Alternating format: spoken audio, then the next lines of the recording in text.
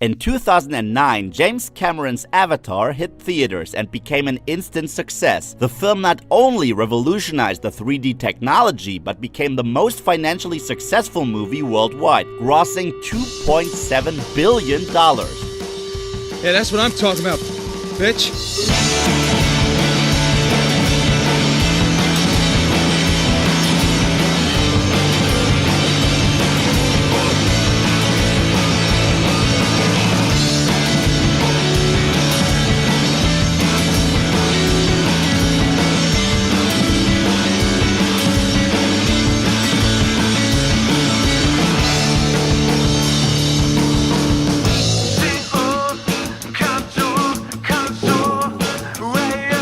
Oh shit. Oh boy. You gotta start recording ASAP.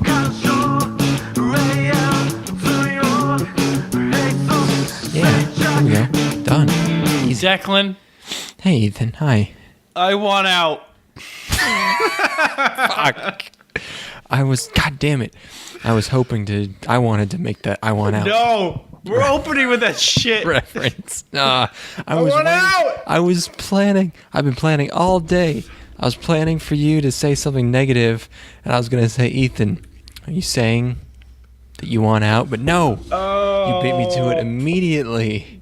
We gotta coordinate this shit better. Well, here we are. It's not your fault. Why do you sound weird? I'm fucking hammered. Oh, okay. I thought you sounded more echoey than usual. I might. How do I sound here? That's better. Yeah, it's probably picking up the entire room if I step away from the microphone. But anyways, I'm ready to talk about generator Gawl. Okay. How you doing though? You okay? Look. This liquor store is near my house. Yeah, where I live, my abode, my residence. Yeah, no. Had a $1 day special. What? What that means is that, they charged $1 more than what they purchased the liquor for. Oh my god! So I stocked up on cheap liqueur, and I am now just waist deep in a pool of booze.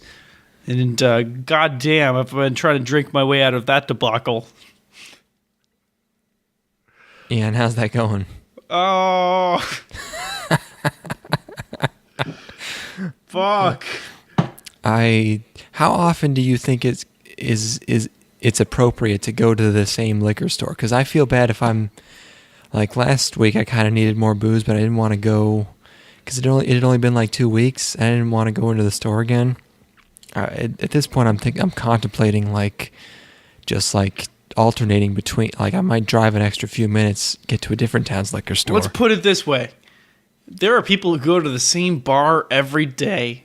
Well, a bar is a little bit different because a bar has other utilities like meeting No, women's. not for these people. Look, not the bars I go to.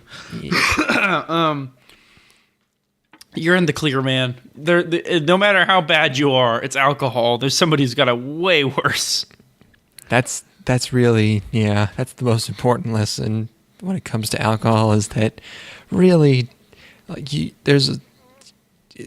could be doing worse. You could be doing a lot worse. I'll tell you what, I sure can. Get stories you hear from people are ridiculous. You know, it's at this point I've kind of accepted that I'm incapable of alcoholism. Like I don't drink I drink once every week and a half. Drink. You know what I mean? It's at some point you realize this. I would have realized a long time ago. It's purely genetic. It's I have no say over this, and I'm totally fine. I'm absolutely in the clear. Yeah, this is a random occurrence. This just crossroads in my life. You know, they intersected in such a way to where tonight I'm pretty drunk. But generally, I'm not. I would say on average, I'm not. Most of the time, yeah. I would say very not drunk. 99% of the time, I'm not drunk. So I think I'm doing okay. But yeah, just a disclosure This is a drunk cast. This is you let me know before the podcast. I was like, all right, before we recorded, like, okay, we're making a drunk cast. It's happening. It was only fair. I had to give you a warning. We need to do our best to just, avoid saying anything that we'll regret. But yeah, it's gonna be a drunk cast, folks. Nothing we can do about it. It's happening. Look, I just saw Black Panther, so nothing that can come out of my mouth is going to be too scandalous because obviously I'm progressive. Yeah, no, you've been tampered by the tawdy mystique of the Black Panther. It was like a 6 or 7 out of 10 film. I'll tell you what. That movie is like the amount of bakes that I want in my Marvel films. You're saying you just eat cookie dough. You know how you eat cookie dough and it's good. You know what I mean? Like you eat you eat cookie dough before you create your cookie masterpieces. And you're like, comparing man, that's Black a pretty Panther good cookie to dough. pedophilia. Whoa.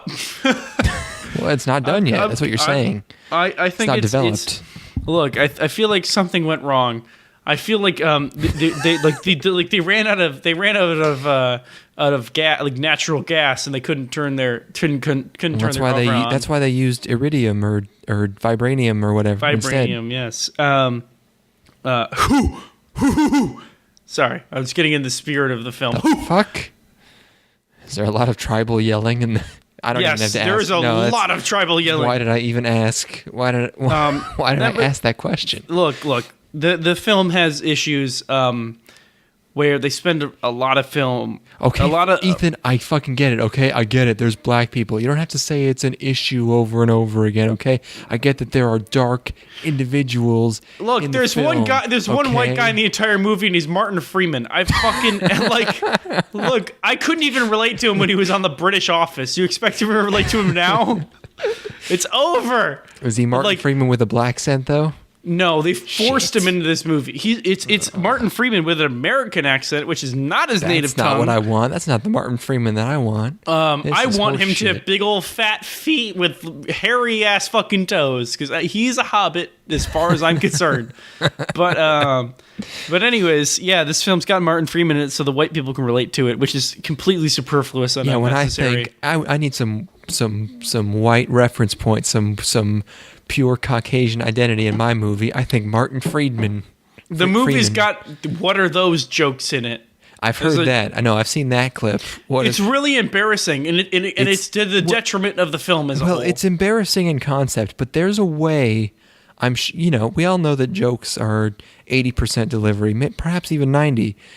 I've seen the clip on YouTube. I've seen a cam rip.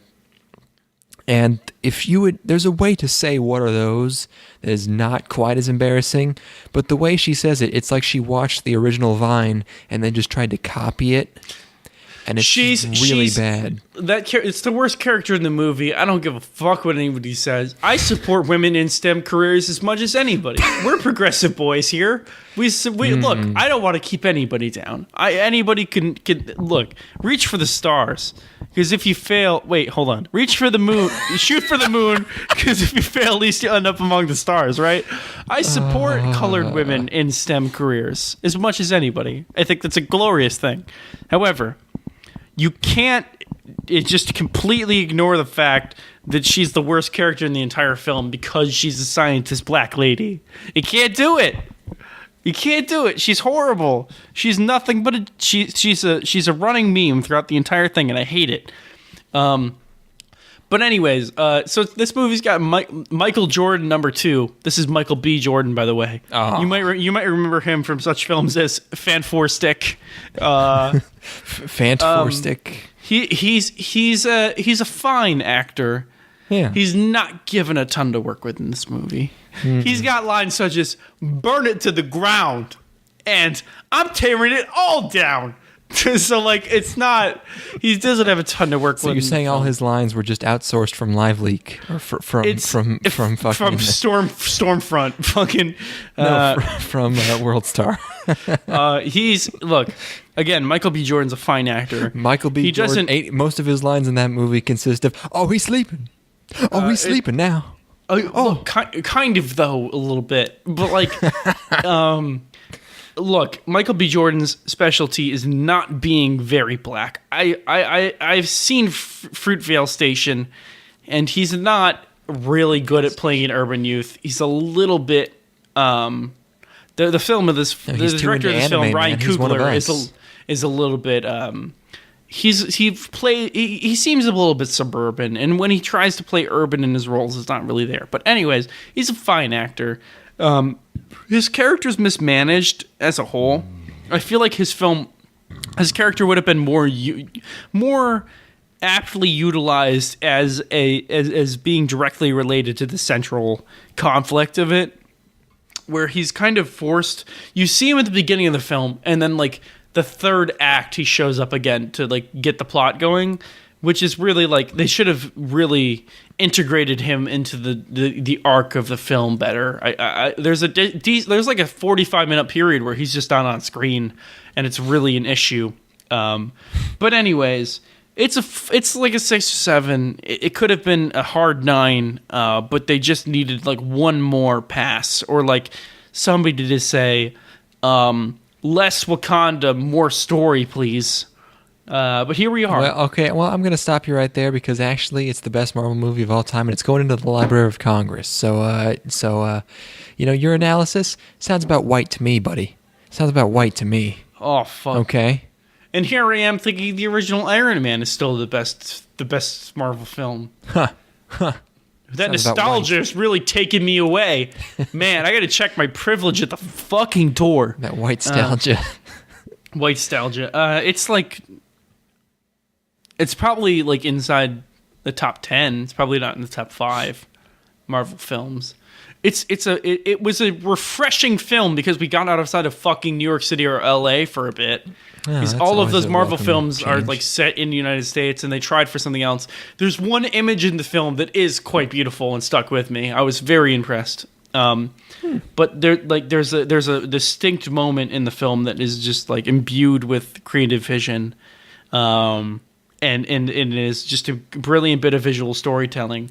But on the whole, I would say that it doesn't. Most of the film doesn't live up to that visual, and it instead is like resting a subpar narrative arc on the strength of certain visual and thematic elements. But that's it. Let's talk about garbage anime. That concludes our Black Panther cast. Yeah, we watched Generator Gawl. That's Generator Gawl. Yes, Gawl. Don't fucking forget it. This is, how many shows do you think we've watched purely because of the opening? At least like 7 or 8 at this point. This is the one that was absolutely solidified based on the opening alone. Yeah, I think the genesis of this episode was I just saw this opening in an openings thread, and when it comes to opening threads, I'm an absolute sucker. I will watch every single one, even the ones I've seen a million times before. Looking at our Discord... I've had entire days ruined by openings threads. I have to watch every single fucking one, and it's a goddamn chore, but I watch all of them every single time, and I came upon this. Yeah, what were you saying? If you look at our Discord conversation, the second to last thing that we sent to each other was a Generator Gawl opening link. Well, yeah, because we were trying to think of what to watch. And that's solidified. I distinctly remember just opening that link and then, or finding it myself and being like, fucking A, let's do it. I want out. Absolutely. Or in that instance, I want in. This So then we watched it, and fuck, this is a show. I don't even know what to say about this show because it doesn't fit easily into a mold. I mean, it fits into the Evangelion ripoff mold. It doesn't fit into 2018's mold. In 1998, this might have made more sense.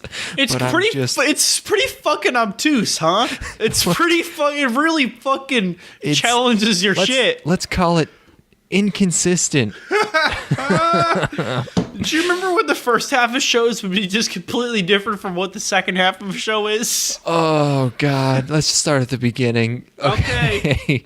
This is an original show from 1998. 1998, if you remember. Great year. Cowboy Bebop, Cardcaptor Sakura, Outlaw Star, Trigun, Initial D, Serial Experiments Lane, Perfect Blue, Kare Kano, Yokohama. I've seen 2 of those things. Yeah, this show got a little lost in that year, as did many others, I'm sure, because of all the... We were all lost in that year, to be fair. So not super well remembered. The other thing I noted in the background info here, directed by a man named Seiji Mizushima. And I'm looking this up, and I'm just going, okay, what else did he direct? Wait. Who the fuck is this dude? So, he directed most recently. Do you remember our last seasonal preview? There was a show called Beatless. Vaguely. Which was, you repeated to me over and over again, despite my objections. You said it was the worst show of this season by far. The one where the guy, there's robots and the girl. Yes, gets I do remember this. Okay, yeah. You fucking hated that show. He directed that. He directed that most recently. Wow. Also, I see his direction abilities have not improved much. Also directed Full Metal Alchemist. Whoa! OG 2003. Okay, well, I'm sure a lot of that he was able to lift from the manga, which is obviously visually stimulating and beautifully illustrated because, she's a legend. And Shaman King. Stand by my previous statement. I just think if you give him original content, you don't got it. That's fair enough. Okay. And as well as Hanamaru Kindergarten, which was the Gainax show from 2010, I think, and Ungo, which is a show that I actually kind of liked a bit, as did like 4 other people who watched it, and a bunch of other stuff. So that's weird. This guy's been all over the place. So yeah, this is. You start out, and this show. It's a show about. I had no idea what the show was about starting out. I assume you didn't either. You both started out totally fresh. Not a lick of idea. Not even the slightest idea of what this was. Except for the iconic opening, which looks. I want out. What's out? So we have to address the dub. You started out watching this show dubbed. I was immediately from the first episode. I felt something was off. Right? I'm just like, okay, wait a minute. This doesn't seem like it's going to be high quality content. This seems pretty straightforward and not. It doesn't have any sort of vision to it. This seems like garbage Evangelion parody, as we've or not parody, but garbage Evangelion knockoff, as we've previously consumed. So I kind of sent you the warning, like, hey, maybe consider the dub for this one. But then you alerted me a little bit later, like, hey, don't watch the dub. Yeah, I think I started watching it a bit later than you did. So you had already told me, hey, just watch the dub. I was like, okay. So I was watching episode 1. I was flipping back and forth, dub, sub, and I noticed that the dub fucking sucked. Yeah. Not in the acting, but that it changed everything for no reason. Every single line is different. Every single line from the dub is completely different. Every line is different. And loses context. Yeah, and I didn't tell you that at first because I was like, hey, he might be really far into the show. I don't need to shake things up at this. But I got so fucking angry as I went into the show, and occasionally I would switch back to the dub. The very first episode here, we get it's a news broadcast giving us background info, and in the English dub they're talking about a fast food stalker. Who stalks fast food restaurants. Yeah. And in the sub, it's just normal news stuff, like whatever. The dub's adding foreshadowing, which is, I guess, fine. But then the main, or not main character, but our female lead, Masami, her mom in the dub, she's clasping her hands in front of this burning incense, and she's going, "Not now, dear. I'm meditating." As they're arguing. And it's obvious if you've seen any anime that she's fucking praying at the shrine of her dead husband. Like, why did you make it so that they turned her into a hippie? Like, why would, just because she has a headband and she has incense, like, they just made it so that she's a hippie. It's so terrible. You gotta contextualize it for them white people. They don't understand. It's just white people don't get it. It's so unnecessary. It's just like, I was so pissed, and they were adding Masami again, female lead, teenage girl, high school. They made her in the dub. She is, I cannot stress how much of an insufferable fucking cunt she is. Like, she is like absolutely terrible, like just so bratty. You know how it is. It's out of control. Look. We don't know how to really adapt the tsundere, because it's something that doesn't really exist in our culture. They were just thinking like, oh, in the dub she's really, or in the sub she's really in the original she's really just loud and angry, so we'll just turn her into a fucking bitch, and it's just, that's not a one-to-one relationship. It's just something we really still haven't gotten over. And quite haven't really learned to adapt to our culture. But she's like, the argument she's having with her mom is so different, because we could go ad nauseum about just like the differences between the sub and the dub, but at the end of the day, they completely changed characters, and that's just unacceptable. They really did. But I watched one episode with the dub, and then you hit me with the warning, like, "Hey, one don't episode? Do that." That's not true. 2 episodes. You sent me a Snapchat of you with this. You're playing a clip with them with the statue. I guess I can't. That prove was for it. effect. If that was for effect, come on. All right, whatever. Hey, look, I'm perfectly capable of recognizing a poor dub when I see one. Well, you wouldn't know. That's the thing. Is that, like, you would just think, oh, I was switching back and forth, which is what led me on to the fact that, like, they were really altering stuff. Before, if you hit the A and the S key while in MPC HC, Medium Player Classic Home Cinema. Yes. In this particular instance, if I did that, it wouldn't actually change to the dub and get rid of the subs. So I would be experiencing subtitles with my dubbed anime, and then I was able to recognize, like, hey, wait a minute, this shit's off. I watched 1.5 episods before switching back. Yeah. So I would say that my experience was only mildly tainted by the dub. Yeah, this is ADV. Dubbing studio responsible for Ghost Stories, which they have a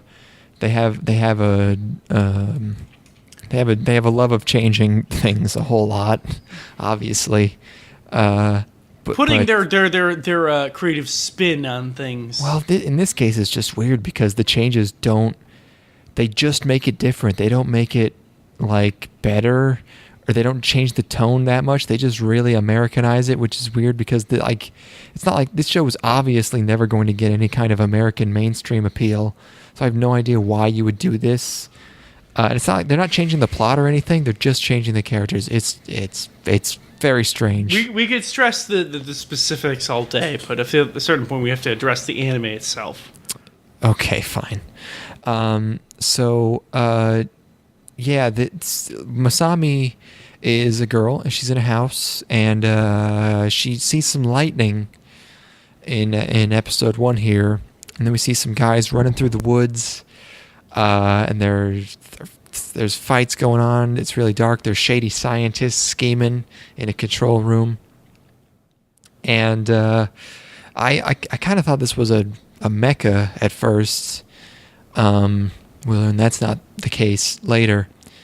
So yes, then we're introduced to, we got our 3 boys. There's 3 boys. The turtleneck plug suit boys show up. They're in the past. It's 2007, which is the future for when this show was made, but it's the past for them. And one of them is Gawl. Hence the title, Generator Gawl. Are you following me? Are you... Ethan? Ethan, are you there? Ethan? Hello, are you with me? Hey, hi, what happened? I don't know. Fuck. Okay, hold on. All right, you still what I recording? miss? I heard in the woods, and then that's it. I'm recording. You've been recording this whole time, though. Yes, of course. Okay, what happened? I don't know. Oh, no. Jesus Christ. This episode's precarious. It's okay. I'm just We're explaining teetering the episode edge one. of either disaster or creative genius here. But you got to the part where our three male characters show up, and one of them's Gawl, and they're in 2007, which is the past for them. And Gawl is the fiery, rash, hasty shonen boy. Yes, And then there's shonen being the most important adjective there. Of course. And there's a calm, measured one named Koji, who really should have glasses, which he can push up with his middle finger, but doesn't. And there's a blonde wimp named Kyo. And those are our boys. Our squad, if you will. Yeah. So they're trying to hack some info or something, but Gawl decides he's hungry, so he walks over to the fast food joint and can't figure out how it works, so he just ends up looking like a pervert staring into the front door. I don't really understand how exactly that happened.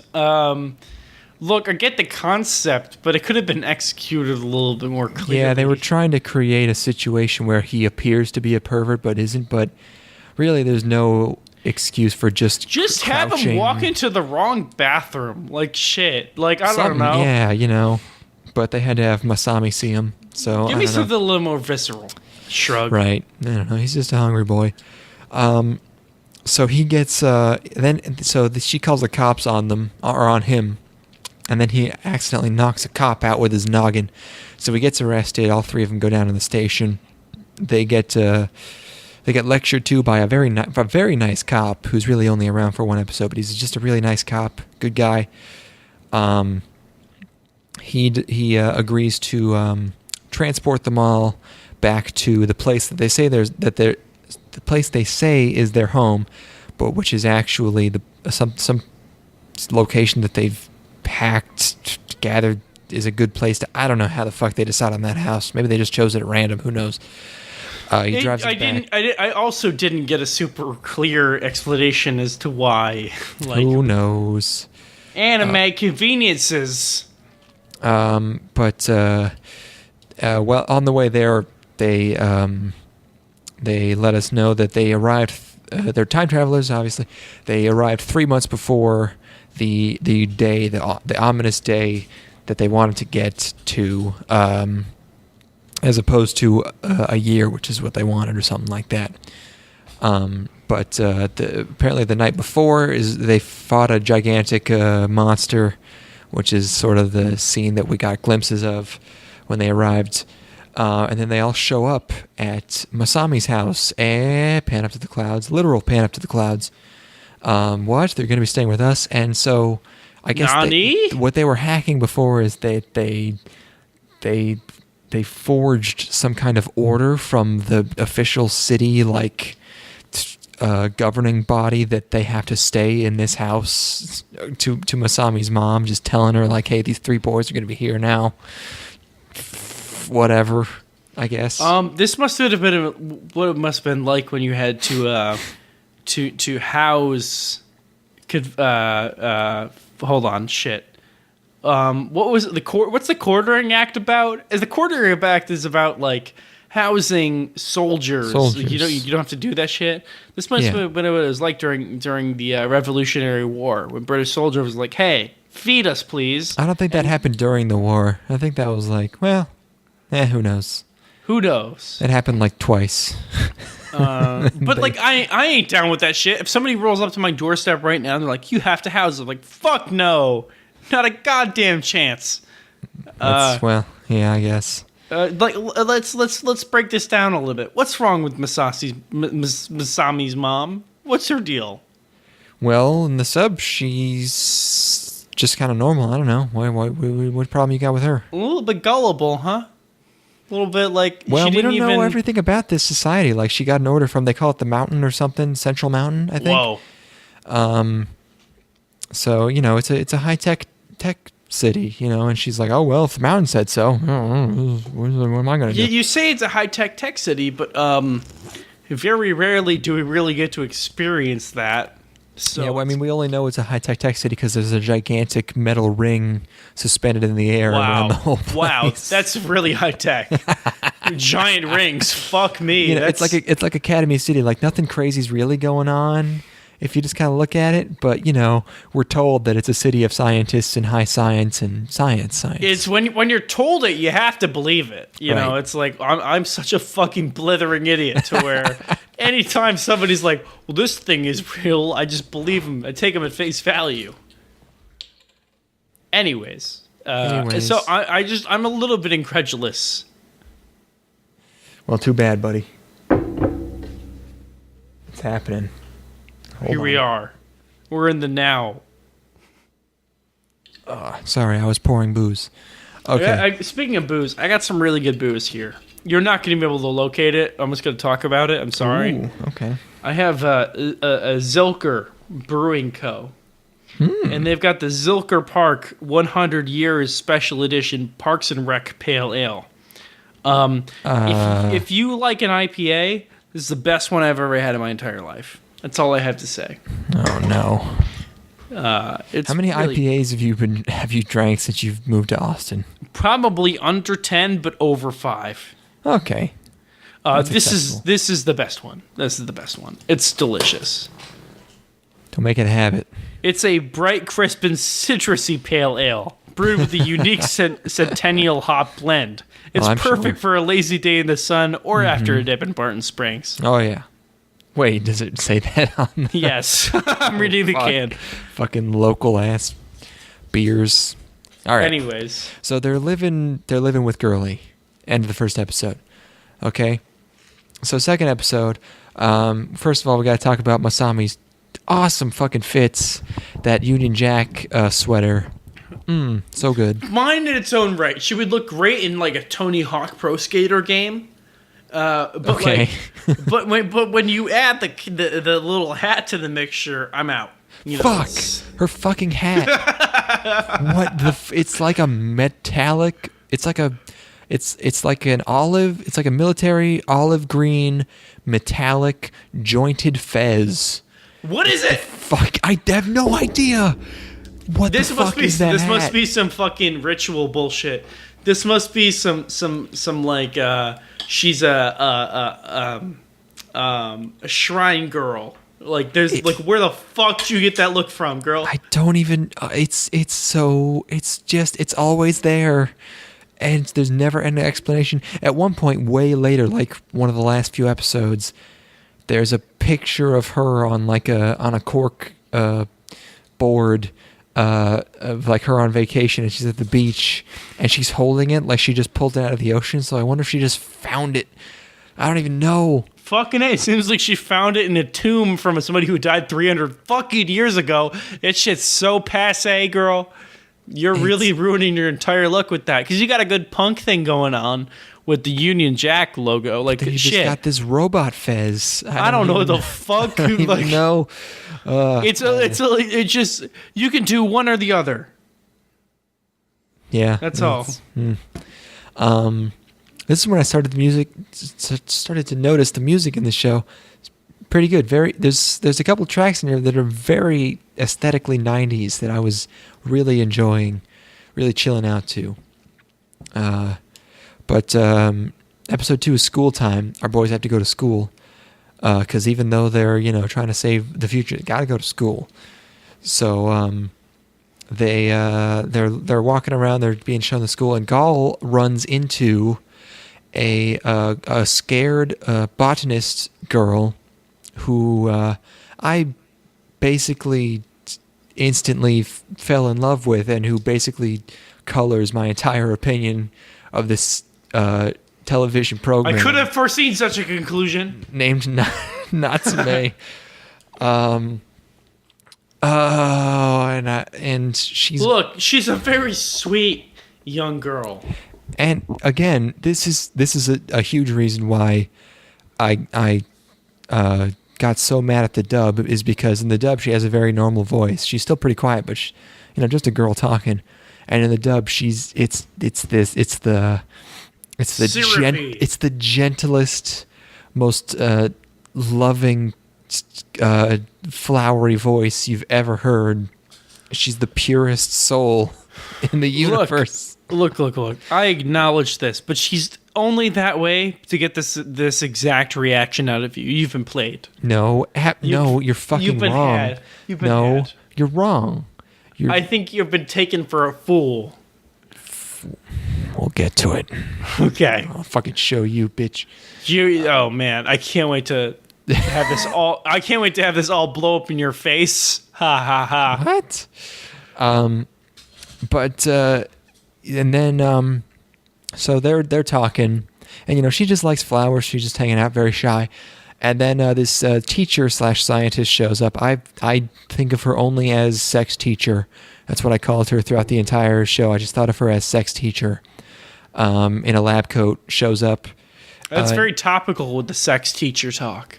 Why's Given there was a recent instance of another high-profile sexy teacher taking advantage of a 14-year-old boy. Oh, hell yeah, I saw that. She was not a high-profile teacher. That story's been getting around, but she was just... Well, the story is high-profile. That's oh, what's well, important. sure. We get a story like that every 3 months or so, but rarely...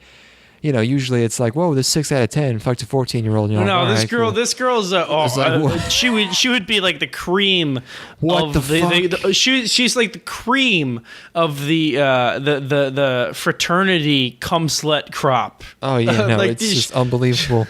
It's just ridiculous. It seems like parody. It's just fucking nice. But anyway, sex teacher. Anyways, yes, I agree. But this show has a sex teacher, and she is she's in a shady cabal with a scientist man, and they are scheming. And okay, so yeah, and then let's see. Here we get Koji and Kyo are very smart, I guess, because they're researchers from the future. But I don't know why the hell to demonstrate that they're doing all this weird stuff on the first day of class, like they're fucking proving math postulates in front of the class. They're blowing their fucking cover is what it sounds like to me. They're giving presentations on DNA. Just be the dorky, just be the fucking like slightly slow kid that drools in the back of the class, and nobody's gonna suspect shit. Yeah, you're going up there and fucking blowing your load in the first day of class, like that's horrible cover. Yeah, I don't know why they would do that. It's because they're egomaniacs. All scientists are. I don't know if you know this, but sure. like if you're on the bleeding edge of science, I feel like you have a tremendous ego to back it up. You gotta flex that science cock. Flex that giant science brain, more like. Yeah. Yes. And then because we have to have one fight per episode, Gawl fights a thing in a building while the others are at an arcade. I feel like that's a lot of episodes, is Gawl fights a thing in a building. Yes. So someone's sending stuff from the future to fight him, to stop him from stopping the bad thing that's going to happen. And the sequel to Flip Flappers, Stop Stoppers. And Gawl beats the thing, and then he saves Natsume, who happens to be there for whatever reason. The sake of plot convenience. Well, we learn later that it's not actually very convenient. Episode 3, now it's Masami who's stalking the boys because she's suspicious of them with a magnifying glass. We should note, up until now, Masami is textbook type A tsundere. Just angry, just doesn't like Gawl, but she likes him, You know how it is. You know how them tsundere girls be. Pighead, yeah, I'm just, man, my nose are just like, what the fuck is that hat? I'm just so perplexed about the hat.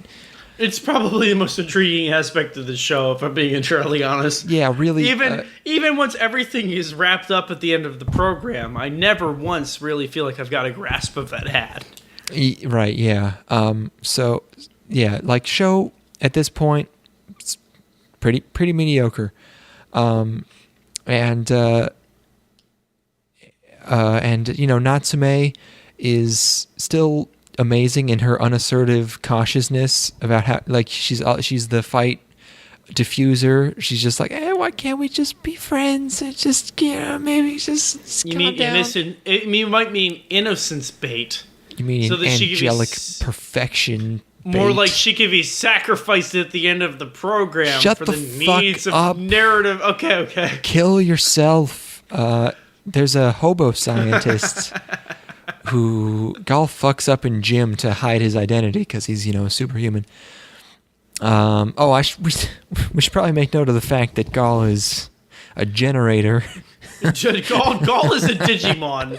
I don't know if you know this, but my man Digivolves into Ultimate in basically fucking every episode. Yeah, they're people, this motherfucker. they change into big monsters and they fight. It's not a mech really, thing. It's, that's all that's happening. You know how it is. It's like it's not Digimon or Digimon Adventure or Digimon Tamers. It's Digimon Frontier, where they transform into the Digimon. I believe you. And it's very much of that era in terms of monster design, but I really liked it. I really like Gawl's design. It's most of his enemies are animal based, very animal looking, insect looking. His design is a bit more hard to describe. It's like distinctly humanoid, but it has definitely like insectoidal shell, going on. It's got it's like a pointy exoskeleton armor type thing. With a rat tail. Oh, sure, yeah. And okay, so in episode 3 here, there's a hobo scientist guy who catches Koji hacking some info, or maybe it's just a regular hobo. I don't know. But they have an interaction. Masami is currently in the. She's gone from I hate this guy to he's my responsibility. That stage of tsundere, very predictable.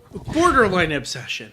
Where I have to keep track of where he is. He's my dog. Etc. Etc. And then Gawl has to fight a thing in a scrapyard instead of a building this time. Wow. And this time it's a bug arms guy with wings.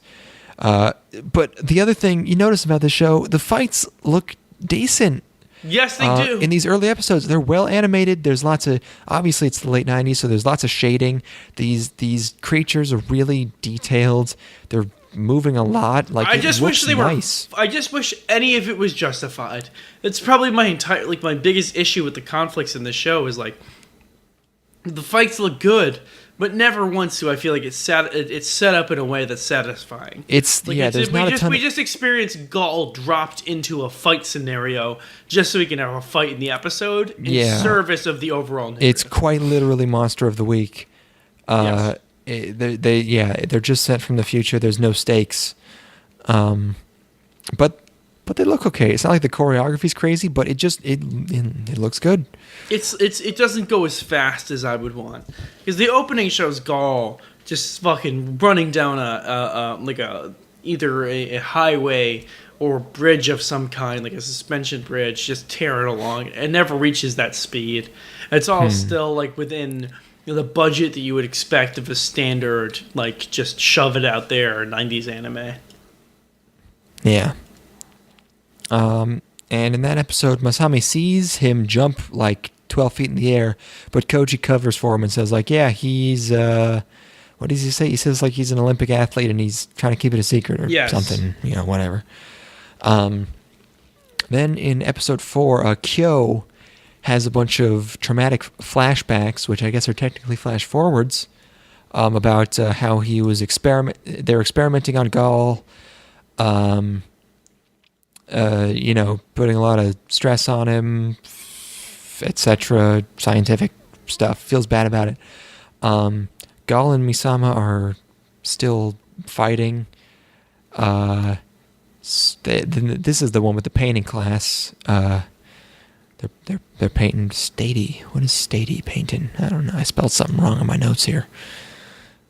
And Kyo is so traumatized by his memories of torturing his best friend that he breaks his pencil and everyone stares at him. This is class. also something that this varies wildly throughout the course of the show as to how much this trauma really affects him. I never feel like there's an escalation. I just feel like we reached this episode and we're introduced to a trauma that was previously unestablished. Yeah, this is mostly for exposition's sake. Mm-hmm. But this is when Kyo visits a scientist who it turns out is the scientist, the man who invented what they call the insert cells. Whoa. What they're called? Include.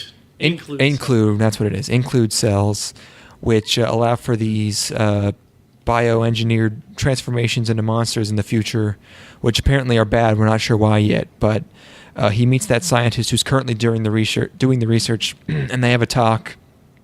He kind of says like, "Hey, maybe you should stop," and the guy's like, "No, this is good." And things get very psychological, and there are some hints that I saw and were really obvious, and that I brushed off because it didn't make all that much sense, and then I forgot about until, let's say, episode 11.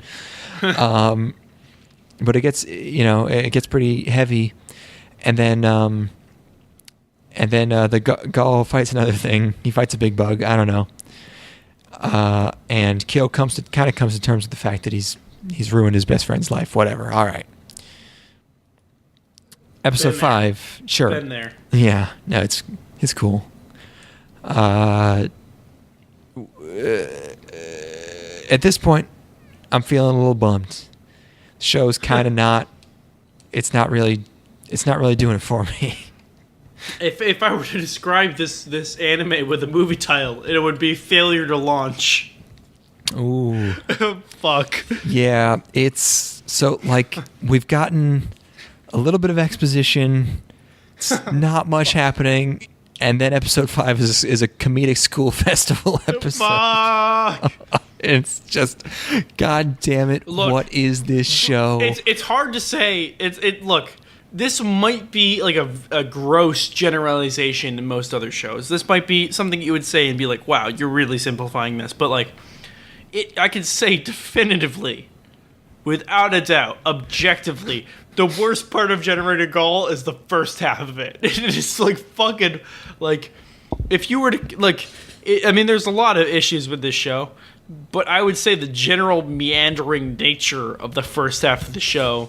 And the general lack of driving central narrative is the overall failing of this show. Yeah, like there's not enough plot points. There's a lot of kind of redundant information. No world building. Like there's I want to see the world we're in now or the world that we might end up in. You know what I mean?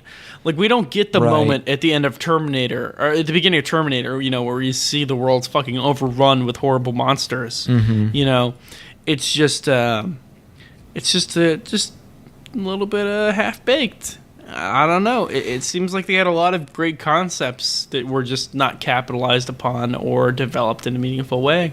Yeah, it's really, really mediocre so far. And then, as if to like, you know, as if they've accomplished, as if like to give you a break from all the amazing narrative they've supplied you with so far, they give you a nice comedic episode. Completely fucking tapped out. I don't remember shit from that. And the weird thing is, it's a really good episode. It's the best episode so far. Is the fuck around episode where they're in the school festival. Because it's just, oh god, okay, it's like, coming back to me now. They give Ryo a catchphrase, or no, not Ryo. They give Koji a catchphrase. He just keeps saying. In the dub, he says, "I'm thrilled" or something, and it's Kyo. They have a banter where they say it like 5 times in this one episode, where Kyo says like, "At least it's fun," and Kyo, you know, sarcastically replies something. Anyways, but you know they do that, and it's fucking like they visit all these food stalls, and they're all managed by a guy who looks exactly the same, like a fat bald Japanese guy who says "Irashai," and I want out. I want out of this episode. God. And Natsume's serving up parfaits, and Masami is serving up pure anger. She's mad because she's cooking, and her cooking's not great. Or it's fine, but it's not as good as Natsume's jokes. And the villains get more cartoony in this episode because it's a comedy. So Sex Teacher and her assistant are just like snapping to summon their Igor equivalent, and just like watching them in cameras and scheming. The primary villain in this episode is established when Gawl is doing, like, he's like participating in the stall at this fucking culture festival, this seasonal festival where he's trying to catch goldfish, and the primary antagonist of this episode is his rival in catching goldfish to impress girls. Right. Like, that gives you an idea of the stakes of this, Right, yeah, they have a goldfish catching competition. This is the pizza episode from from Code Geass, but like to the nth degree. Yeah, and like the villains, like they have like skull cameras. It's so cartoony, and something happens. There's weird random, like I have in my notes. What the fuck, Shibu Bean. So, like someone just said that out of nowhere. I don't know. It's very strange. And also Gawl gets felt up by Sex Teacher. And another thing that happens is that Sex Teacher and Masami have a fight about love from Sex Teachers on the biological determinist side, and Masami is trying to argue that it's love comes from the heart or whatever. And it's actually kind of okay. It's actually pretty good because Koji comes in and like defends love, man. I liked it. I'm picking up what you're putting down. It's the only instance in the show where I feel like Homegirl stands for anything. Oh yeah, I get that. Yeah, and then this is when Gawl has a goldfish competition with it's like a Yatterman villain who's playing like a keyboard with the kind with the hose that goes to your mouth. Oh, right. And then they're fucking fighting with the keyboards on the roof, and they're blowing into them the whole time. It's fucking ridiculous. It's a very silly sequence. Like, we've barely established anything in the show, and it's time for some levity. It's so silly. And then Gawl transforms and fights this thing, but everyone's fine with it because it's a joke because he does it on the play stage, He's a Sentai character. Yeah. And also, this is Masami's hat gets removed. I don't know. Something happens. And Masami and the Sex Teacher have a cooking competition. And it's at this point. See, I have it written here that Koji is comrades with Sex Teacher now. But I guess they just sort of make amends, or they sort of have a stalemate. I don't know. Or there's an understanding between them that is ultimately never capitalized upon. By the end of the show, I'm like, when is Koji gonna have his sudden but inevitable betrayal? And it never came. There was never an instance where I'm like, Koji, you cad, you monster, you fucker. How did you do this to your boys? But he never does it. Well, he never tells out. Well, no, it totally happens, just not in that way. But yeah, this weird like premature truce or understanding between them, there's no reason for it because it's established in a totally different way later. It's totally redundant. It's unnecessary. The director of this show was an episode director in Evangelion. Everyone was an episode director in Evangelion. It seems that way. Episode 6. Gawl beats a monster. Natsume snacks some concert tickets, and he fights an afro generator. He's got an afro, and this is the one where Masami and Natsume go to a concert, and there's like a really ominous tone as they're going to the concert, as if Japan is like a dangerous country or something. I don't know what's going on there, but there's a big fight between Gawl and this guy. The fight gets brought to the girls, and the girls see these two things and get really freaked out. And then Gawl beats the thing, and he kind of regenerates, because every time he generates, he gets hurt a little bit, but he gets better. And I have it written here, monkey escape. I don't know what that means. And yeah, that's a really simple episode. Really nothing happens there. They were discussing that they believe there was something spread around that through the news that a monkey had escaped from the local zoo, and they were trying to explain away Gawl's presence as the monster version of himself as being the escaped monkey. But obviously that's fucking not possible based on the fact that he looks nothing like any sort of primate. He looks like a horrible lizard monster, man. Yes, I remember now. It's a cover story. Yes. So Masami's kind of getting gaslit because everyone's telling her, oh, it was just a monkey. Obviously, she saw these fucking 10-foot tall. It's like swamp gas, man. Like, obviously it's not fucking swamp gas. Episode 7. What happens in this one? This is the point where I check on the dub, and I'm like, oh my god, Masami is such a fucking cunt. I got really mad. And Gawl fights a very frog-looking generator in a public park. In this fight, Gawl looks really cool. He's just fighting real good. Masami sees them again, because at this point she's very suspicious. You still there? I'm here. Oh, okay, I thought I heard some rumbling. I just received really terrible news. Uh-oh.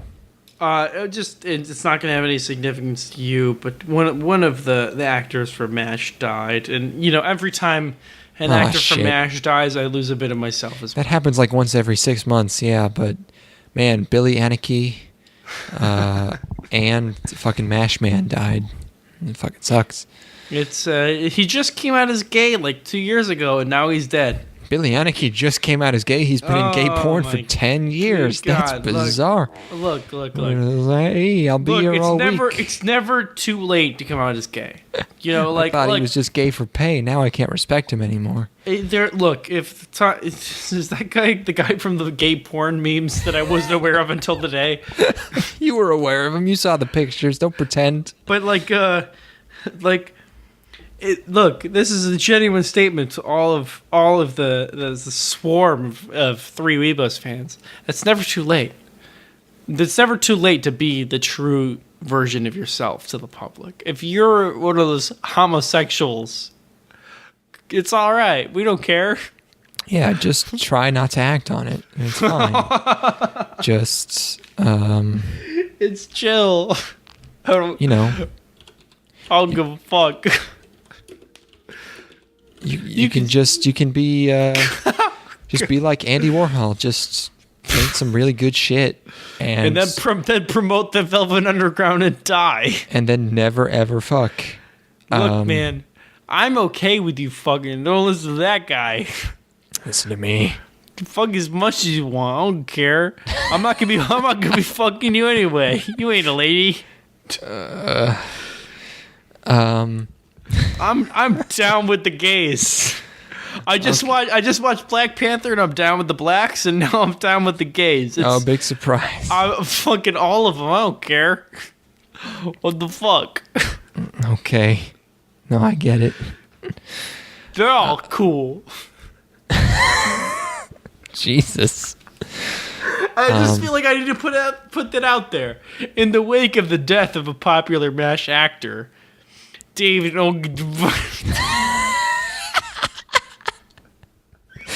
Disrespect this man. No! I mean this with the utmost respect. David Ogden.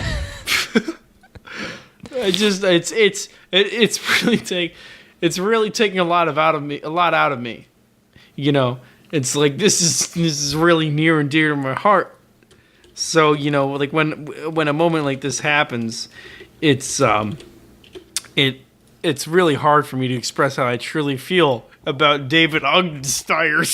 David Ogden Stiers, yes. I really look. He was a great homosexual in MASH, and he was an even better homosexual in life. And I respect his love, and I hope that he was able to live the way that he wanted to by the end of his life. Is that too much to ask, Declan? Is too much to ask that everybody gets to live the way that they want?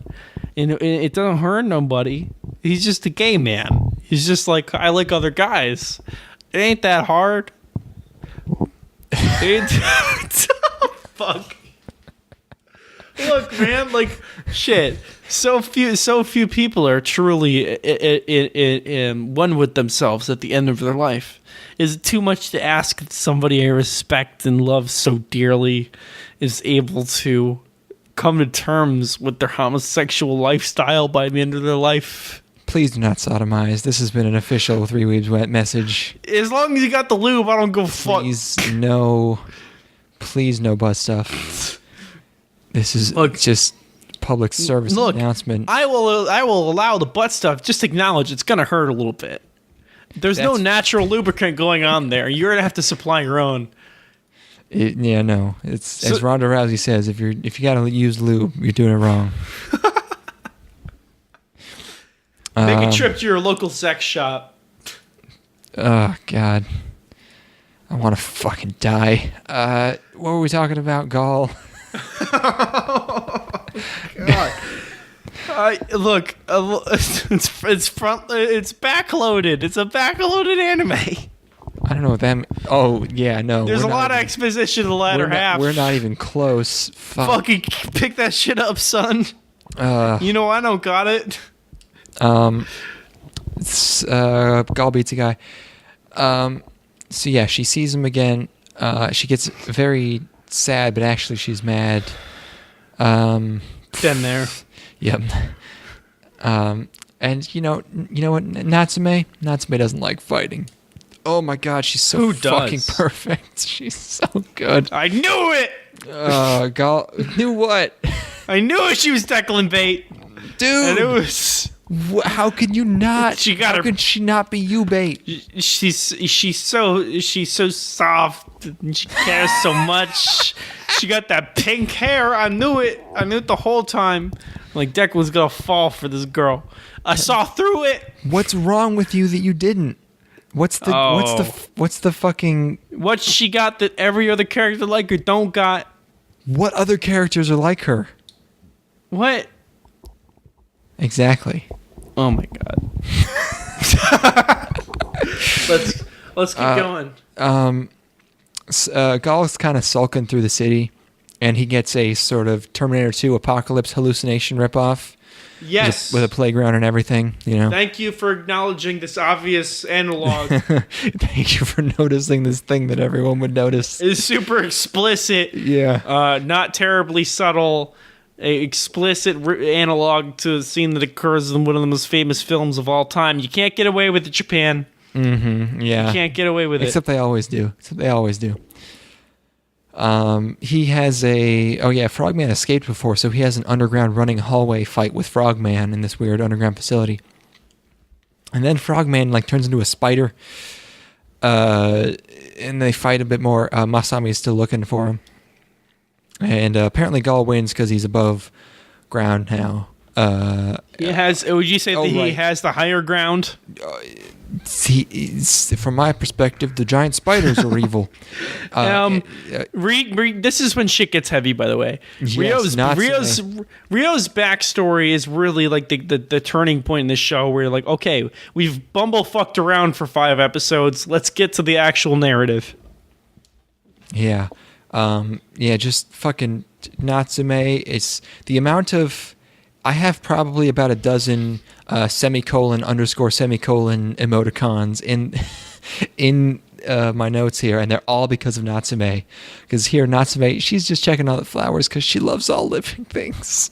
What a beautiful girl! Oh my God!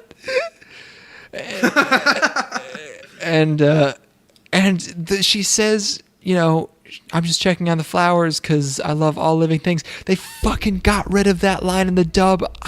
Oh my God, I fucking lost my mind.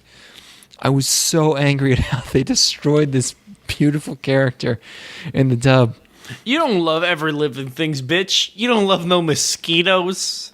No, she does. You don't Fuck love you. no you don't love no black flies. You obviously haven't been here in the swamps. She does. She loves everything. I doubt that highly. You put that girl in a tent for 24 hours, she'll come on the other side loathing all living things. I've been there. I was an idealistic youth. I was an idealistic youth, and I went camping once. Fathom. You don't know where I've been. You don't know what I've fucking seen. I was a believer, damn it. No. And then I spent 24 hours inside of a tent, and I realized this ain't one of your fucking Tinder thoughts, you piece of shit. It was all for naught. This is Natsume. There's no love there. No one could truly love all the and then it turns out putrid insects of the earth. She's working for sex teacher, which is fine. Okay, it's fine. She's still who she is. You're an apologist. I don't care. It deserves apology. C.S. Lewis was an apologist. Can you write better than C.S. Lewis, you fucking piece of shit? That's what I thought. C.S. Lewis is a significantly better author. What'd you say? C.S. Lewis was legend. and at least and at least 1/4 of the books that he wrote in the Narnia universe were good. So aren't they making a new Narnia movie? Look, I don't acknowledge any of the films as being real because nobody can truly capture the light of Christ. Yeah, look, I think they're making a fucking Silver Chair movie. Jesus. I'm still waiting on my Amber Spyglass film, my atheist alternative to the Chronicles of Narnia. What's it called? Do you know The Golden Compass, The Amber Spyglass, and The Subtle Knife? Oh, is that a trilogy? That's the His Dark Materials trilogy, yes. Oh, okay. Yeah, they made that one best special effects. I remember that one, The Golden Compass, yes. His Dark Materials is a series by Philip Pullman, which is like an atheist alternative series, which was really heavy for a child like myself to have read. But now I don't believe in the light of Christ, so I think it worked. What's the one where they're on a boat? That's Voyage of the Dawn Treader. Nope. Prince Caspian. No, nope. Voyage of the Dawn Treader. The Voyage of the Dawn Treader. Are they making a movie out of that? I thought that already got made, man. They did. It was. Yeah, man. Oh my God. It was like 2014 or some shit. 2010? Whoa! What in the fuck? Did you not know this? Oh my God. Did they get the actors? There's no way they got the actors again. It was 2010. I mean, they must.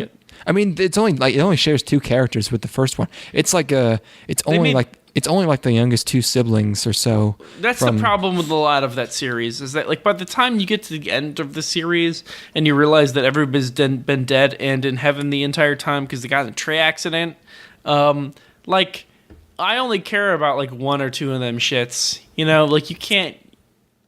Because they meet a lot of characters along the way who don't really have any sort of significance because, again, they're dead and in heaven the entire time. I read Lord of the Rings and Narnia around the same time in my life, and Narnia affected me way more, honestly. You were not ready to accept the brotherhood of Lord of the Rings into your life yet. It could be, but also it could be the fact that it was really fucking boring. But the Voyage of the Dawn Treader fucking... it really affected me to this day, the way that it's just so fucking cool, where it's about, you know what it's about? I've read them all.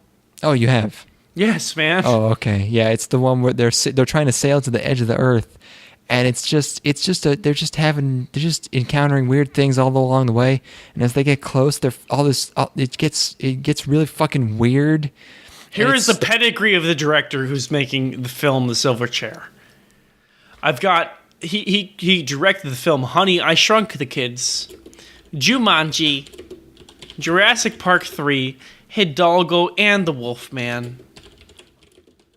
Look. I also have read the entire Narnia saga. It had a profound effect on me. Like the way it gets so surreal as they approach the edge of the world where the water gets sweet and they don't have to eat anymore, and the sirens call them. It's so fucking cool. It's all Jesus, man. It's all Jesus. I don't care. I mean, that's the best part. It's great. The last two books are borderline incomprehensible, as they're bathing in waterfalls, and it's all just the light of Christ, and it's just not good anymore. Disagree. I'll need to read it again. Look. I've been meaning to read His Dark Materials, but like when I was a child, His Dark Materials stuck with me way more because I realized that darkness exists in the hearts of all men, and then there's nothing for us after death except for the darkness of infinity. Nice. Here we are. Here we are, Generator Gawl. I think I was cleaning out my apartment. I just put away the entire Chronicles of Narnia. Let's dig that back out. Yeah, pretty into His Dark Materials. We're at an hour to 10 minutes. Want to take a pee break? Pee break? Yeah. I'll take a pee break. Okay, me too. Please don't eat chips on the podcast, Ethan. My boy, you can't be that drunk. Anyways. No, stop. Hold on. You have to stop. You have to stop it. No. I'm serious. Oh, so good. I hope you're fucking counting your lucky stars that you don't have to edit this shit. I have to listen to us say these embarrassing fucking things while we're wasted. Are you done? Hold on. No, I don't want to. It's just, okay. You just chew and... I'm rushing it down. Please be done with the chips by the time I'm done explaining episode 8 here. Oh, God, okay. Gawl is... okay. Gawl is always beat to shit now because his body can't handle generating constantly. And here we get a flashback, or flash forward, again, where we finally get all the backstory. World War III broke out because of quote-unquote tensions between the East and the West, and the generators were workhorses in the aftermath to rebuild.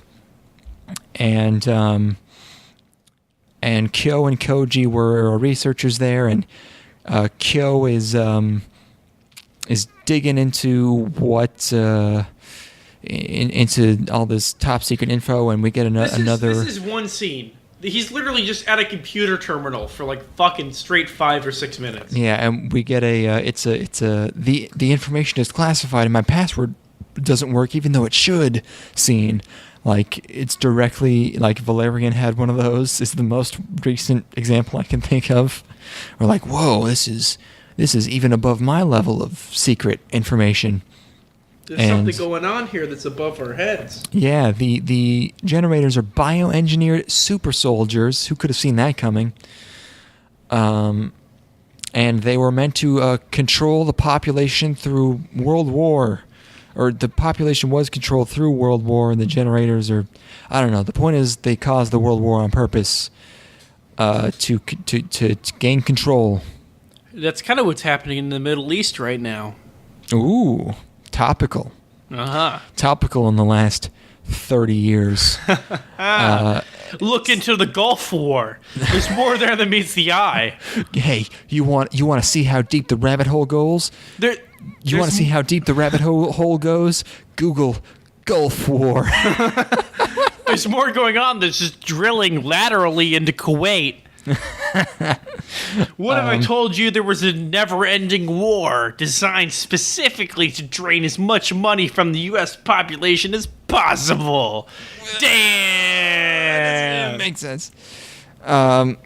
So, yeah, Kyo freaks out about this, and they all decide to go back into the past to prevent it from happening so that, 6 billion people don't die or whatever. What I was wondering is would there have been a way to hide the fact that they're from the future until this episode, so that this like 20-minute long reveal actually meant anything? And I decided actually no, there really isn't, because a lot of it depends on them being from the future. But it's just sort of a lot of redundant information. Like all you really needed to tell us was that what they were trying to prevent was World War III, because that was really the only missing piece of information so far. So I don't know. Are you saying this is poorly structured? I was trying to. Yes, again, a lot of this show is redundant information being told to the viewer. I was just trying to imagine a way where, like, the thing is that there's nothing new in this show at all, ever. Yeah, I was just trying to imagine a way where, like, oh man, you get to episode 8, it turns out they're from the fucking future. That's crazy. Whoa. But it's like there's really no way you can structure this show so that that's a surprise, because it kind of fucks up everything else. So it's just poorly conceived all around. But yeah, they gotta go back in time. So they go. And that's it. Episode 9, they decide to leave Masami's house where they've been staying this whole time because it's too dangerous. They're too much of a liability. So Gawl's recovering in like an underground sewer while the other two go to try and convince the scientist man to not invent the thing he's going to invent that will destroy the world. So they're meeting with the scientist. And that scene, did you notice that scene's actually really cool? Even though, again, totally redundant, because they're explaining to the scientist how they're from the future, which is something we already know. But it's really ominous because they look really cool while they're doing it. You're going to have to explain to me what aspect of this is cool. Because they're just standing there and they're looking really serious, and then like, we're actually from the year 2147 or whatever. And it's like... Oh, I think most of this was like, is that for once somebody was fucking surprised. Like, that's the big thing to me. It's another instance of, if I didn't know everything they're explaining, this would be fucking rad as shit. But it's something we already know, but it's still kind of cool despite that, because they're explaining it. They're explaining it to somebody who you would expect to be keyed into all of this, but instead, the result, in truth, he's totally unaware of the grander scheme going on. Yeah, and that's cool. It requires you to put yourself in the space of this scientist guy getting visited by these time travelers. It's a but solid if you're twist. able to do that, it's pretty neat. The twist is that the character that we thought would be aware of the twist was not. Why did you think he would be aware of time travelers? Because he seems like he's pretty clued in to most of the stuff that's going on. Like he's from what we've seen so far, it seems like he's one of the chief baddies, and you would expect one of the chief baddies to be part of the grander scheme, but he seems like he might even be getting played to a certain degree. I don't know. But they're trying to convince him not to invent the insert cells. Mm-hmm. And he's not having it. He says, include cells. Jesus Christ. Include cells. And he's not having it. And he says, hey, man, I just work here. I'm just a scientist. It's my job to discover the truth. Yada, yada, yada. And as if to convince him the other way around, Sex Teacher shows them the fruits of his research. She's captured Gawl, and she has all these generators there. And this is when Koji and Ryo transform. They're also generators, just not as powerful as Gawl. Koji turns into a big turtle dragon, and Ryo also transforms, but he gets into trouble, so Gawl protects them. And it's at this point in my notes I write, I fucking swear if anything bad happens to Natsume, I will flip my shit. Oh, so innocent. Because it appears that Sex Teacher has captured Natsume. Weren't we made aware of her relationship with Sex Teacher long before this? Yes, yeah. Oh my god. But I don't know. So, this entire time I've been thinking, okay, this show's completely mediocre. We kind of fucked up, whatever. There's not much worth talking about. Here we are, an hour and a half later. And then we get to episode 10, and please tell me it wasn't just me. This is on a completely different level than everything else in the show. I was so like, the show was totally and completely mediocre, and episode 10 fucking destroyed me. Did you have any kind of similar experience? I understand what you're saying. I felt that like they rather than being kind of taken by it, I was more turned off by the fact that they saved all of the real exposition until the very end. And it was more like, you're not gonna fucking pull one over on me, show. It's not even the fact that it's expository.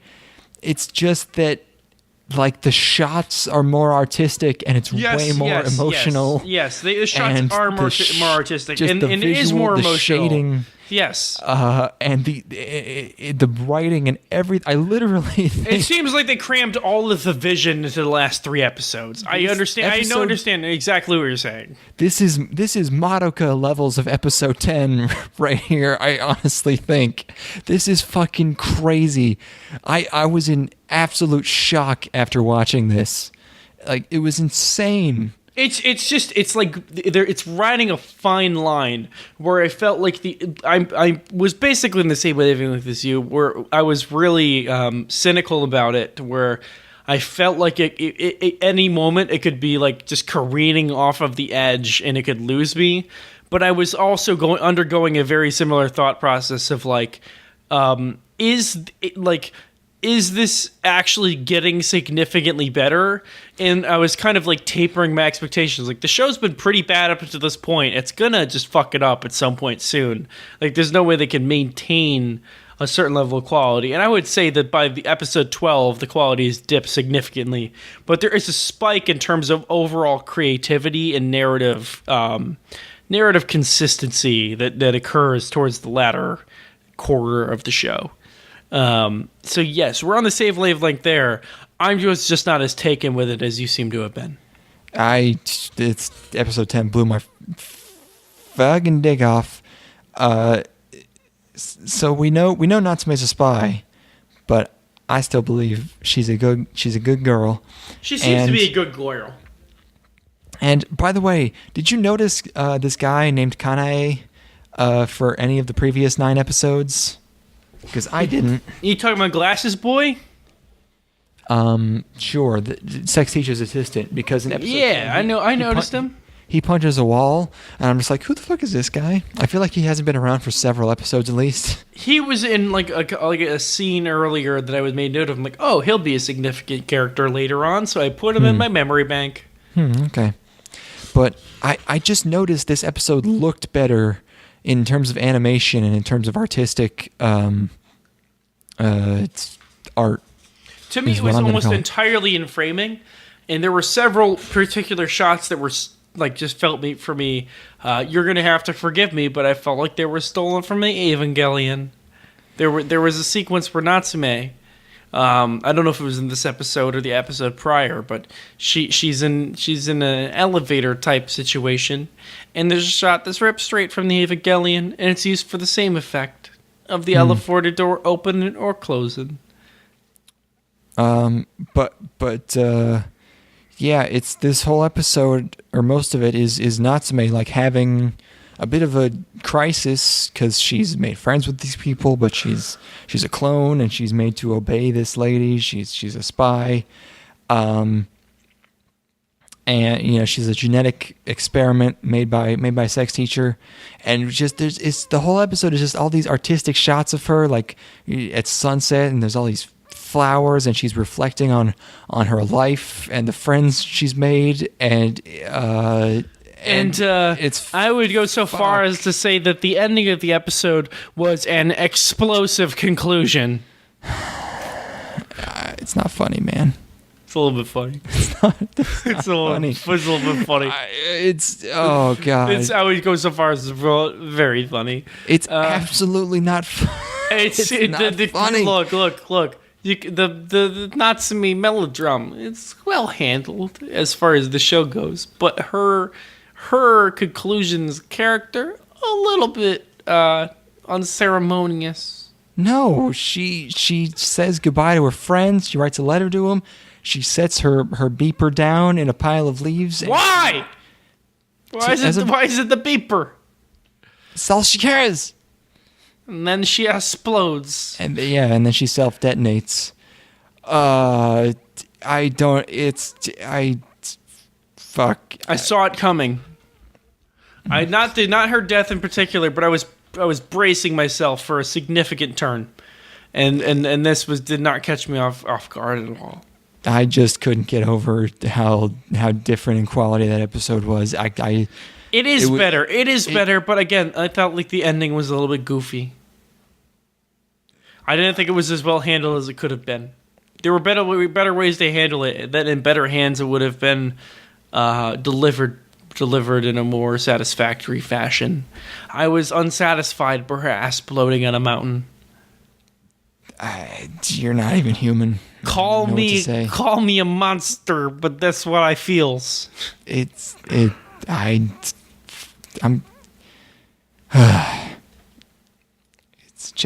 not okay. It's just not okay. That's the way it's gonna be, though. It's just, man.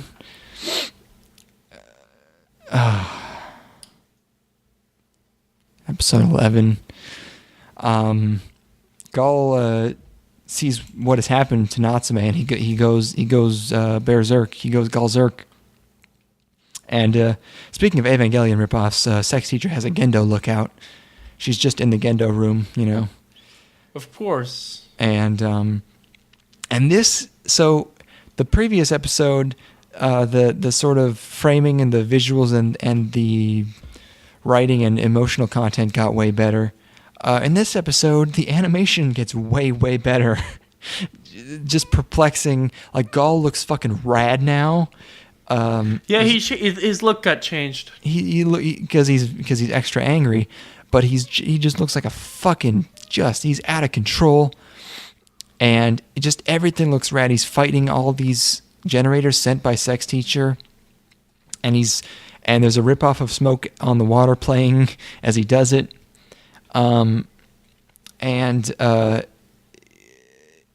just all the fights in this episode are so well animated. I can't stress this enough. Like, it looks like they're well choreographed. It looks really nice.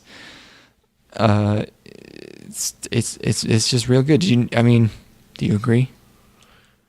I was already on board with this. The fights looking significantly better than the rest of the show at this point. Definitely. So this was not a surprise to me. I feel like in the last few episodes, they got even better, which is usually the opposite. Here's the thing: is that I already really liked Gall's design. I was pretty it had a Digimon kind of nostalgia to me. Yeah. That was they changed the design and it kind of made him a little bit more protagonist looking, because he's a little bit more white and like shining armory, because he doesn't have that rat tail that he had as the original design. But yes, I would say, like, animation wise, there is a definite step up. I just wish it was because this is taking place over top of the city, right? Like, this is we're in the skyline at this point, you know. Yeah, they're fighting all over the place. He's throwing. There's news crews capturing him. He's throwing these big ant monsters all over the place, and I just wish that it was like places that have been established, you know, it's the city. I don't know, man. He's crying blood at one point. That's pretty cool, I guess. Sure, yeah. Masami's looking for him. And then Kyo and Koji explain to Masami everything. And again, redundant information. They explain everything we already know. So it's kind of like, you know, if you put yourself in Masami's position, it's kind of cool. But it's just like, man, usually this is the point where you would kind of skip forward to a point where she just goes like, oh, so that's what happened. But instead, he goes through all the, we're from the future and this happens and we got to stop this from getting invented, you know? Yes. So you just go through all of it again. And And then after Gawl defeats all of the other generators, he has to face Sex Teacher, who transforms into the sort of most humanoid, sleekest generator so far. And then Kanae, Sex Teacher's assistant, takes the other three in a helicopter. And there's a paradox. Sex Teacher is ripping Gall's core out of him, which is going to help her invent include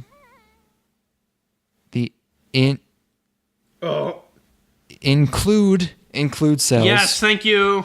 Help her invent the include cells. So it's a circle. Look, if you're looking for paradoxes, don't even look at the next. If you're concerned about them, don't look at the next episode. So she rips that out of him. Gawl appears dead, and then it turns out that the mad scientist, and Kanae are Kyo and Koji, which at one level, it kind of almost got me, but I had sworn there was something earlier in the series where they implied that the scientist was Ryo. And I was pissed because I was afraid I wasn't going to be able to find it. But when Ryo meets the scientist, he just has this sort of vision where the scientist and his heads get like switched back and forth real fast, and he freaks out. And that's why. So when I was watching that, I was thinking like, oh, are they just the same person? But then it catches you because you're like, wait, no, because the younger version's from the future, so the older version can't be the one from the past, so they can't be the same guy. But they are, so it kind of got me, but it's not like the most shocking twist in the world. It's kind of bullshit. It is a huge stretch for the scientist to not remember the fact that he is a time traveler, but to remember other things that he needs to remember in order to invent the stuff. It is a significant convenience in order to wrap up all of the parts of the narrative. Sure. I'm watching this shit. I'm like, look, this is a very, very, very significant stretch. Like, I'm just like, I can't imagine. It seems like they did, like they just kind of got to there and like, oh, we can wrap this up in a nice little bow rather than developing these characters. They're already characters that we know. That's crazy. Well, they sowed the seeds before. But this shit don't work. It just doesn't work. It doesn't work perfectly. Yeah. Because Koji had kept his memories when he like why why when Gawl dies here getting killed by Sex Teacher, Koji and Ryo travel to the past. Ryo goes 20 years back, Kyo goes back to 99, and then they go forward. Sex Teacher wins, and she invents the thing, and World War III happens, and it's a never-ending loop. And so they need to that's the cycle that's going on that they need to break. Can we address the fact that World War II happens World War III happens like 12 days after this event? Like, it's in the timeline, it's supposed to be like they're like less than 2 weeks away from the end of humanity. That doesn't seem likely to me at all. Well, you invent crazy superbug people, Actually, wait, yeah, now that was one question I had. How did they start World War III? Because they said that World War III started because of tensions between the East and West. So I'm not sure how you caused that much tension in 10 days. Bombs! That is a weird Bombs one. Is how you develop that much tension. You send a really fucking spicy tweet, I guess is how it happens. I don't know, man. No, look, the international politics in this show were a little bit undeveloped. They're questionable, for sure. Mm-hmm. But, finally, episode 12, the last one. Koji went to 1999, it's kind of cool to see him do that because, he sees a little kid, Masami, playing in the snow. And, he has to gain Sex Teacher's trust so that he can fix all this in the future. And so they all go to Gawl, who's sort of in this crazy, all of his energy is creating a black hole, which is the time travel portal, because he's dying. So they all And they all rush to him, and Gawl, he's talking with Natsume in his dream, and Natsume, still perfect, still just wants to make everything right. What are we in this last episode here? Yeah. You're talking about Natsu Mom, am I right? Natsu Mom, because it was her. They're all made from the same DNA. Gawl, Koji, Kyo, and Natsume all made from the same egg that Sex Teacher has. So yes, they're all brethren, I suppose, which technically makes this an incest show. Wah. Gawl, so the other Deus Ex Machina here is that whatever Gawl prays for is whatever world is brought about. I don't know why. I don't know why that is. Is he a member of the cast of The Melancholy of Haruhi Suzumiya? See, my mind went straight to Madoka. This last episode gives off a whole lot of Madoka vibes. That works too. Because, he's creating a new world, which isn't perfect, but it's his to right all the wrongs. Except for Natsume still fucking dead. I'm so pissed. Why? He really cocked that one up, didn't he? There must be. I think he has to. I think she has to be, because otherwise the cycle continues or something. I don't know. You can logic your way around that one. He's got to kill his mammy. He's got to kill his mammy before they can She's harvest not their them mom. eggs. I don't know why. It's not like she birthed them. They're just the same DNA, But it's just, I don't know. But he finally the cycle's broken, the time loop. He creates a world where everyone's just in the same time period. In 2007, good old 2007, they're all hanging out. I don't know what exactly he changed. Basically nothing. I would say that basically somehow nothing the stuff's not going to get invented. I don't know what he did. I think that mostly nothing was changed. This is very similar to the ending of something that I have written in my head. And I'm like, this is a way less significant change than I would have done in this scenario. This is like, you could make a really poignant end to this thing, where like you get to the end and he had written a situation in which these characters never met each other, and then they would never have created this scenario that would unfold, which would be way more poignant than them just being the same as they were before this conflict had occurred. But I don't know. I didn't get my anime made. Better than Edge of Tomorrow's ending, So it's got that going for it. No, I like the ending of Edge to Tomorrow. I'm about it. What? I'm about to the end of Edge Tomorrow just ending with Tom Cruise scoffing. You're okay with literal just like, and then everyone was happy. The end. The ending. Yeah, because everybody's happy, but then you get to see Tom Cruise like, what the fuck? Because it's acknowledged by Tom Cruise being like, this is bullshit, and that's great. Like, because Tom Okay. Cruise, because you know what I'm saying, when you right? say it like that, it's like, okay, yeah. Tom Cruise is like, fucking, you know what I mean? Okay. No, you know what? You just totally changed my entire perspective on that ending. Okay, I'm glad that it was. Now that I see it as like a okay smile instead of just generic happy smile, yeah, It is but it totally is like okay smile, like it totally is. Like if you watch the movie, he plays it that way. I can't disagree. I think you might be right.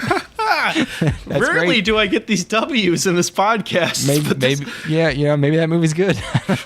It is good, man. Like it's a pretty serious fuck you, which I'm about.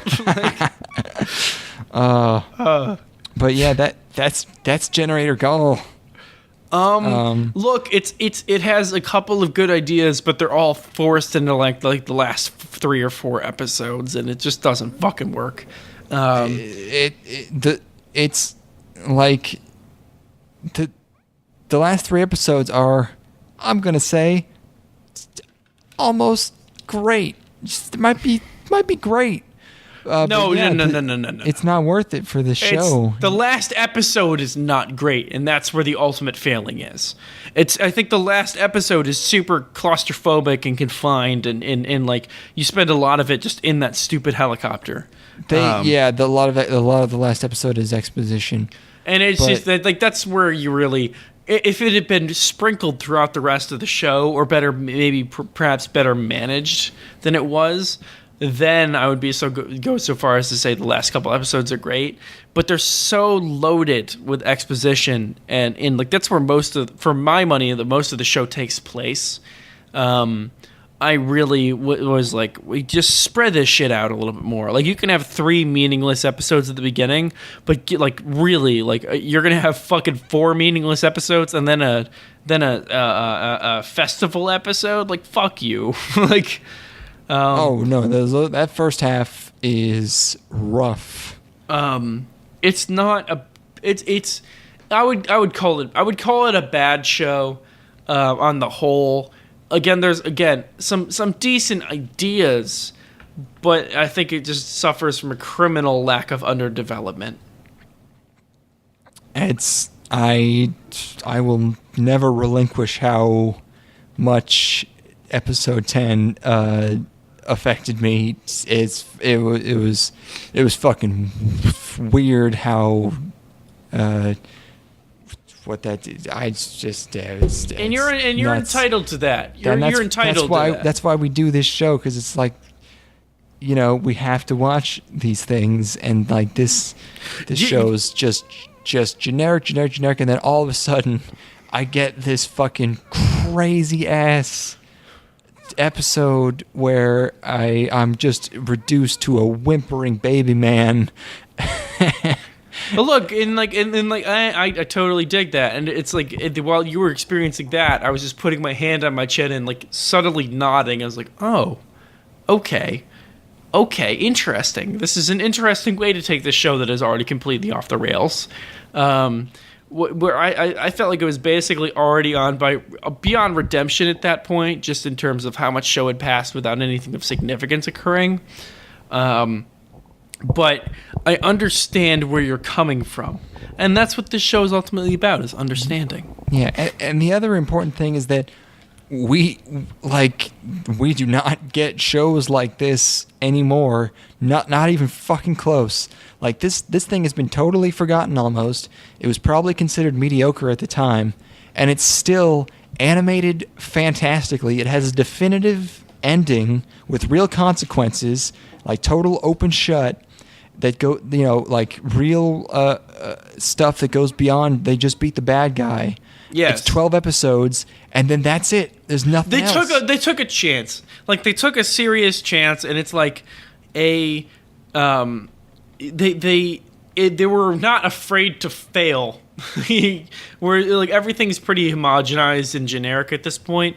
Whereas like this is obviously drawing heavy inspiration from other things of the era, but it wasn't like the formula wasn't written yet. Like, it wasn't so obvious exactly where you take all of these plot elements to a point where nothing interesting happened again. And what happens is it was an uneven show as a whole, but there are definitely elements of it that are a little bit more intriguing than what otherwise happen in nowadays.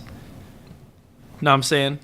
Yeah, I never could have predicted in the first 9 episodes of the show, where I was just doting on Natsume as a meme.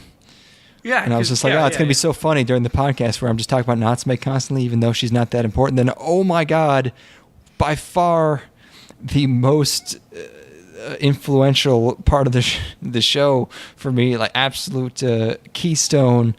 It's just bizarre. I can't, I can't. Shows like this don't happen where it's an original and it's an action show and there's an ending. I can't even think of the last show that was like that I've seen. It's a weird relic. When are we gonna watch Ninja Scroll? How many episodes is it? It's like 6 episodes. Wait, really? It's an OVA. I mean, I feel like that's pretty. That's a pretty well-known one, but I feel like we earned it. Ninja Scroll's 94 minutes. Oh, because it's a film. I thought it was. Yeah, Ninja Scroll's a movie. What the hell's wrong with you? I thought that shit was an OVA. I'm on IMDb right now. I'm getting ads for Pacific Rim Uprising, which I still can't believe is a movie. I can't believe there's a Ninja Scrolls show airing right now. Basilisk: The Oka Ninja Scrolls. The story is set 10 years after Basilisk Koga Nimpocho. Maybe that's not related to Ninja Scrolls. I don't know. But yeah, there's a movie from 1993. And then there's a 13-episode show from 2003. Which man, apparently is not very good. We only have to live one more year before we get the next Godzilla movie. And 2 more years before we get the next Avatar movie. Can you make it that long? How do you know when the new Godzilla's coming out? IMDb led me along this path after I clicked the link for Pacific Rim Uprising. It's redirecting me to other kaiju pictures.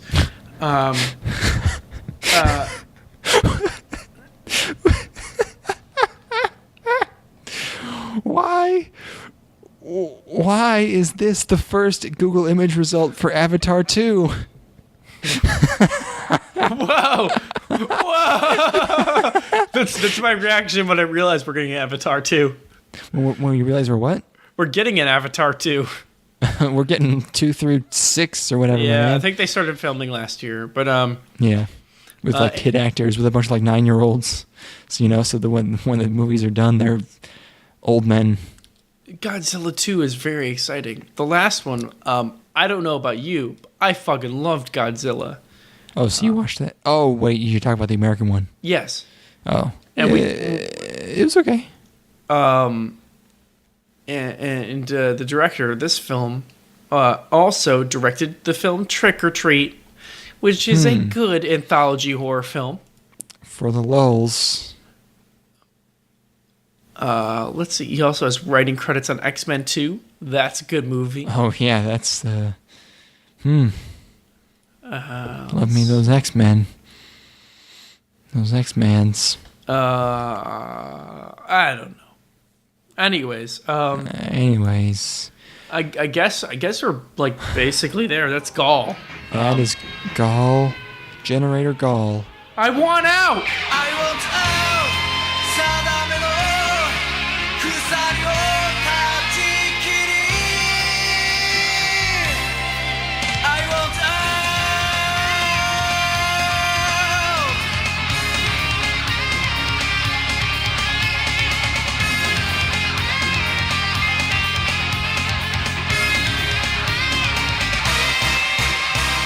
真っ白な廃墟のような街眺め今日もまた流れて